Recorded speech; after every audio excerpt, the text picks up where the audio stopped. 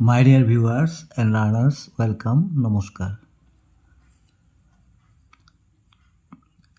চতুৰ্থ শ্ৰেণীৰ গণিত পাৰ্ট 2 আকৃতি। ইয়াত কিছুমান আকৃতি দিছে। আকৃতিৰ বিষয়ে আমি কিছু কথা জানি লওঁ।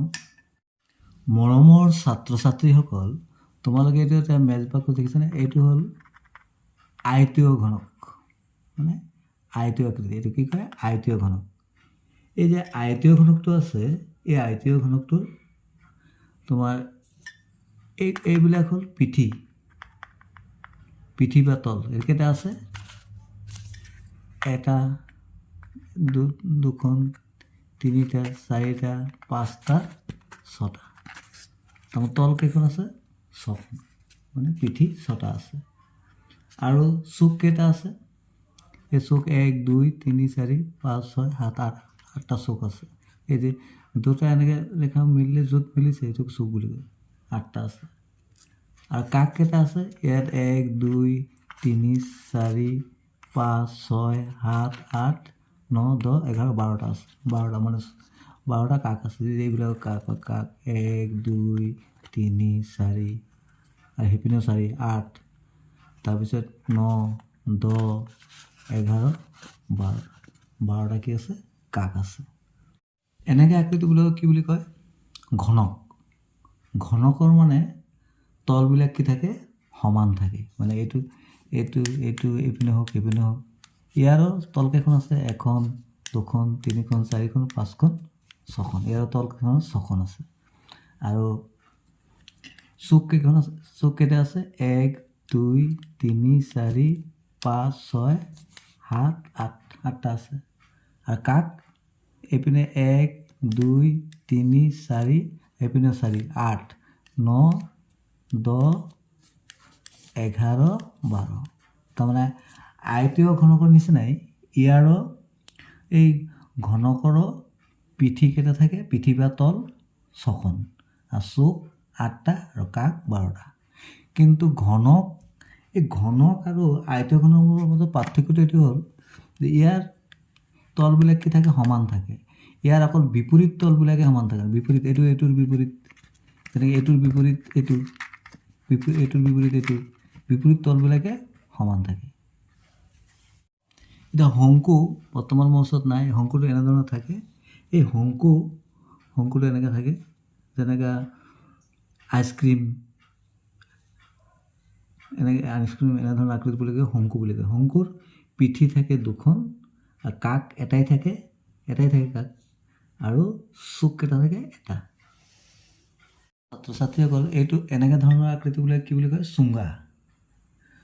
যদি দুয়োটা মূৰ বন্ধ থাকে তেনেহ'লে ইয়াৰ কাক কেইটা থাকিব? 2টা।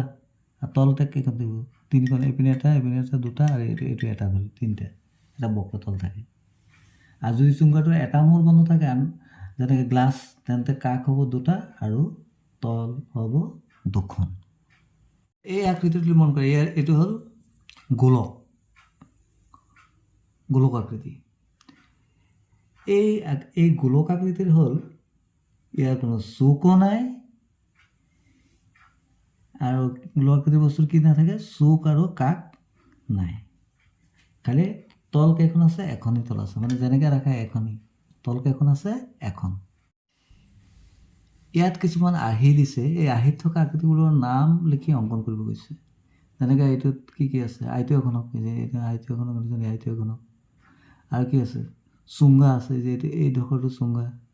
শংকু আছে, যে এইটো শংকু। এইদৰে তোমালোকে আকৃতিবিলাক আঁকিবা। এইটো শংকু, এইটো চুংগা, এইটো আয়তীয় ঘনক। এতিয়া এই ছবিটোলৈ মন কৰা। ইয়াত কি দেখিছে? ইয়াত আমি দেখিছোঁ এটা আয়তীয় ঘনক আছে। আয়তীয় ঘনক লিখিবা ইয়াত। আৰু কি আছে? চুংগ আছে, চুংগ লিখিবা। আৰু ওপৰত কি আছে? শংকু আছে।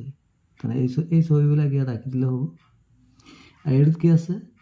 চুংগা আছে আৰু শংকু আছে। তাৰমানে ইয়াত কি লিখিব লাগিব? চুংগা আৰু শংকু। আৰু ইয়াত এই ছবিটো আঁকি দিলে হ'ব। ইয়াত মৰমৰ ছাত্ৰ ছাত্ৰীসকল, ইয়াত দিছে দৈনন্দিন জীৱনত পোৱা কিছুমান বস্তু ছবি তলত দিয়া হৈছে। ওপৰৰ বস্তুবোৰ ভালদৰে মন কৰা বস্তুৰ আকৃতিবোৰ কি কি বৈশিষ্ট্য আছে? আগতে নাম ইটা। ইটাটো কি? এইটো হ'ল আয়তীয় ঘনক। এইটো কি? এইটো হ'ল শংকু। এইটো কি? এইটো হ'ল চুঙা। এইটো কি? মেচবাকচটো। এইটো হ'ল আয়তীয় ঘনক। সেইদৰে এইটো কি হ'ল? গোলক। এইটো হ'ল চুঙা। এইটো হ'ল চুঙাই। এইটো গোলক। এইটো হ'ল চুঙাই। এইটো হ'ল ঘনক। এইটো হ'ল শংকু। এই চিলিণ্ডাৰটো কি হ'ল? চুঙা। এইটো শংকু। এইটো আয়তীয় ঘনক। এই আইচক্ৰীমটো শংকু। গোলক। এইটো চুঙা। এইটো চুঙাই একমূৰ খোলা। এইটো হ'ল ঘনক। ইয়াত দিছে ওপৰৰ বস্তুবোৰ ভালদৰে মন কৰা বস্তুৰ আকৃতিবোৰৰ কি কি বৈশিষ্ট্য আছে? যেনেকৈ আমি ফুটবল পালোঁ আৰু কি পালোঁ? ফুটবল পালোঁ, তাৰপিছত মাৰ্বল আছে, এইটো লিখি দিলোঁ, মাৰ্বল লিখি দিলোঁ। তো গোলক। গোলকৰ কি নাই? কাষ আৰু চুক নাথাকে। মই অলপ আগত কৈছিলোঁ গোলকৰ কাষো নাথাকে, চুকো নাথাকে। ইয়াৰ পিছতো কি কি আছে? পাশতি দিছে, এইটো এই পাশতি দিছে। তাৰপিছত এই যে আমি কিউব খেলোঁ যে এইটো হ'ব, ইয়াত লিখিব পাৰি। তাৰপিছত আৰু কোনটো আছে?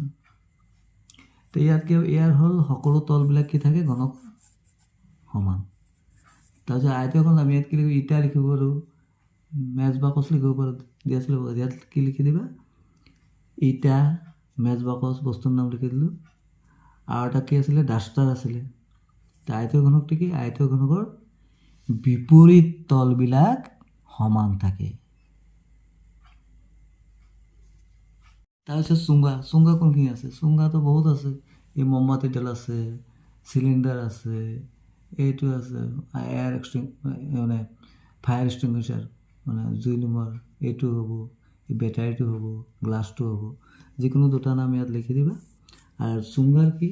চুঙাৰ বৈশিষ্ট্য হ'ল যে ইয়াৰ কাষ দুটা থাকে আৰু তল তিনিখন থাকে। যদি চুঙাটাৰ দুইটা মূৰ বন্ধ থাকে আৰু এটা মূৰ খোলা থাকিলে, যেনে গ্লাছটো, তেতিয়াহ'লে কি হ'ব? কাষ দুটা হ'ব আৰু তল দুখন হ'ব। চুঙাৰ কি নাথাকে? বা মেইন বৈশিষ্ট্যটো লিখি দিব, চুঙাৰ কোনো চুক নাথাকে। চুঙাৰ কোনো চুক নাথাকে। ইয়াৰ পিছত শংকু দিছে। শংকু কি হ'ব? এইটো গাজৰটো লিখিব পাৰোঁ, আইচক্ৰীম লিখিব পাৰোঁ। ইয়াত আমি গাজৰ আৰু আইচক্ৰীম লিখি দিলোঁ। তো শংকুৰ বৈশিষ্ট্য আমি কি লিখিম? শংকুৰ বিষয়ে আমি কি জানিছিলোঁ যে শংকু কি থাকে? পিঠি দুখন থাকে আৰু কাষ এটা আৰু চুক এটা থাকে। Thanks for watching. Stay connected. Thank you so much.